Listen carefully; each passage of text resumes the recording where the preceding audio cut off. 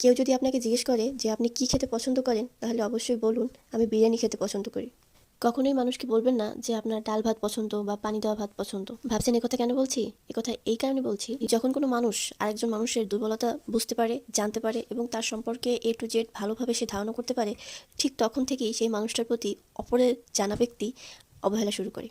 আপনার সম্পর্কে যদি কেউ ভালোভাবে জানে, তাহলে বুঝে নেবেন সে অবশ্যই আপনাকে অবহেলা করবে। তাই কখনো কাউকে নিজের সবটুকু জানতে দেবেন না, নিজের সবটুকু বুঝতে দেবেন না। অবশ্যই নিজের দুর্বলতাকে কখনোই অন্যকে জানতে দিবেন না। এতে করে হয়তো আজকে তার সাথে আপনার সম্পর্কটা ভালো থাকছে, কিন্তু কালকে আপনার সাথে যে সম্পর্কটা ভালো থাকবে তার তো কোনো গ্যারান্টি নেই। আর ঠিক সেই সময়ই আপনার দুর্বলতার সুযোগগুলো সে গ্রহণ করবে এবং সেটার অবশ্যই সদ্ব্যবহার করবে। তাই যখন কেউ আপনাকে জিজ্ঞেস করবে আপনি কী খেতে ভালোবাসেন, আপনি সবথেকে বেস্ট ব্র্যান্ডের নামটা বলবেন, আপনি সবথেকে ভালো খাবারের নামটা বলবেন, আপনি যেখানে খেতে পছন্দ করেন সবথেকে ভালো দোকানের নামটা বলবেন। এতে করে অপর প্রান্তে থাকা বুঝতে পারবে না আপনি ভালো খাচ্ছেন, ভালো থাকছেন, ভালো পড়ছেন।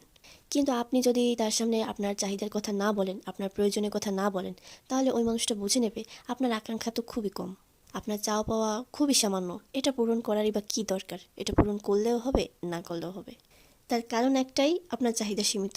তাই আপনি যেটাই আশা করেন না কেন তার কাছ থেকে খুব ভালো একটা রেসপন্স পাবেন না এবং 100-এর 100% বেনিফিট কখনোই হবে না।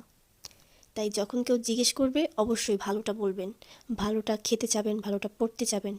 এতে করে নিজের শরীরের চাহিদাও যেমন পূরণ হবে, প্লাস আপনি নিজের কাছে নিজে খুশি থাকবেন। নিজেকে ভালো পড়তে দিন, নিজেকে ভালো খেতে দিন, নিজের শরীরের যত্ন নিন, তাহলে দেখবেন দিন শেষে আপনার খুবই ভালো লাগবে। একটা ভালো খাবার একটা ভালো থাকার কারণ, একটা ভালো কাপড় আপনার প্রশান্তির কারণ হতে পারে। তাই এইসব বিষয়ে কখনোই অবহেলা করবেন না। যখন যে সময় যে সুযোগ আসবে অবশ্যই ভালোটা গ্রহণ করুন, ভালো খাবারের প্রতি যত্নশীল হন।